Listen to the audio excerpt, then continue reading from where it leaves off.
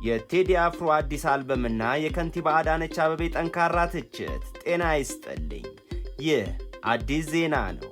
ዛሬ በዋና ከተማችን አዲስ አበባ ትልቅ የመነጋገሪያ አጀንዳ ሆኖ የዋለው የኪነ ጥበብና የፖለቲካ ፍጥጫ ይዘንላችሁ ቀርበናል።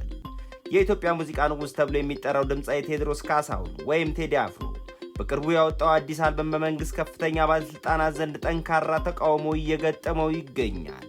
በተለይም የአዲስ አበባ ከተማ ከንቲባ ወይዘሮ አዳነች አቤቤ አልበሙ አገራዊ አንድነትን ከመገንባት ይልቅ ልዩነትን የሚሰብክ ነው በሚል የሰነዘሩት ትችት በማህበራዊ ሚዲያና በህዝቡ ዘንድ ሰፊ ክርክርን ቀስቅሷል። በዛሬው ዝርዝር ዘገባችን የከንቲባዋን ንግግር ይዘት፣ የመንግሥት ባለሥልጣናትን ስጋትና የኪነ ጥበብ ባለሙያዎችን ምላሽ በጥልቀት እንመረምራለን። ይከታተሉን። እንደ ኢትዮጵያ ፕሬስ ድርጅትና ሌሎች የመንግሥት መገናኛ ብዙሃን ዘገባ ከንቲባ አዳነች አቤቤ በዛሬው ዕለት በሰጡት መግለጫ የቴዲ አፍሮን አዲስ የሙዚቃ ሥራ በይፋ ተችተዋል።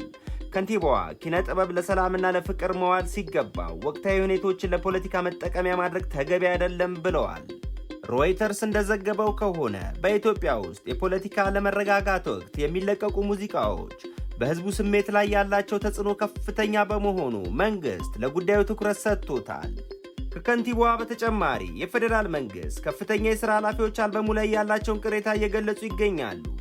ቢቢሲ እንደዘገበው ስማቸው ያልተጠቀሰ የመንግሥት ባለሥልጣናት የአልበሙ ግጥሞች ለትርጉም የሚያመቹና በተዘዋዋሪ የመንግሥትን ፖሊሲ የሚቃወሙ ናቸው በሚል ገልጸዋል።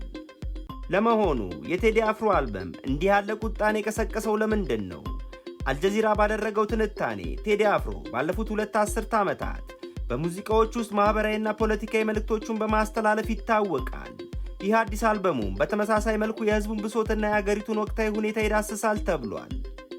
በሌላ በኩል የመንግሥት ወገኖች የሚሰነዝሩት ትችት የመግለጽ ነጻነትን ይገድባል የሚል ክርክር በሰብአዊ መብት ተሟጋቾች ዘንድ እየተነሳ ነው። አሶሺየትድ ፕሬስ እንደዘገበው ከሆነ በኢትዮጵያ ውስጥ በኪነ ጥበብ ሥራዎች ላይ የሚደረጉ የባለሥልጣናት ትችት ለኪነ ጥበብ ነጻነት እንቅፋት ሊሆኑ ይችላሉ የሚል ስጋት አለ። ይህ ፍጥጫ ምን ሊያስከትል ይችላል? ሲኤንኤን ባወጣው ዘገባ እንዲህ ያሉ የባለሥልጣናት ትችት ለአልበሙ ተጨማሪ ታዋቂነትን ፕሮሞሽን ኢፌክት ሊሰጡ እንደሚችሉ ይገመታል። በሌላ በኩል ግን የሙዚቃ ኮንሰርቶች እንዳካሄዱ ወይም አልበሙ በሬዲዮ ጣቢያዎች እንዳይደመጥ ጫና ሊፈጥር ይችላል የሚሉ ስጋቶች አሉ። አዲስ አበባ ጎዳናዎች ያነጋገርናቸው ወጣቶች ሙዚቃ የሕዝብ ድምፅ ነው፣ ባለሥልጣናት ከትችት ይልቅ የሕዝቡን ስሜት ቢረዱ ይሻላል ሲሉ አስተያየታቸውን ሰጥተዋል።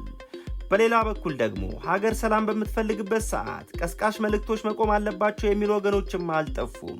ውድ ተመልካቾቻችን በከንቲባ አዳነች አቤቤና በቴዲ አፍሮ አልበም ዙሪያ ያለው አየር ገና አልቀዘቀዘም። ጉዳዩ ከኪነ ጥበብም አልፎ ወደ ፖለቲካው አውድ እየሰፋ መምጣቱ ግልጽ ነው። መንግሥትና የኪነ ጥበብ ባለሙያዎች በጋራ ለሀገር ሰላም የሚሰሩበትን መንገድ መፈለግ እንዳለባቸው ብዙዎች ይመክራሉ። እኛም ይህን ጉዳይ በቅርበት እየተከታተልን አዳዲስ መረጃዎችን ሲኖሩ የምናቀርብ ይሆናል። ለዛሬ የነበረ መረጃ ይህንን ይመስላል። ሰብስክራይብ በማድረግ ቤተሰብ ይሁኑ። ይህ አዲስ ዜና ነው።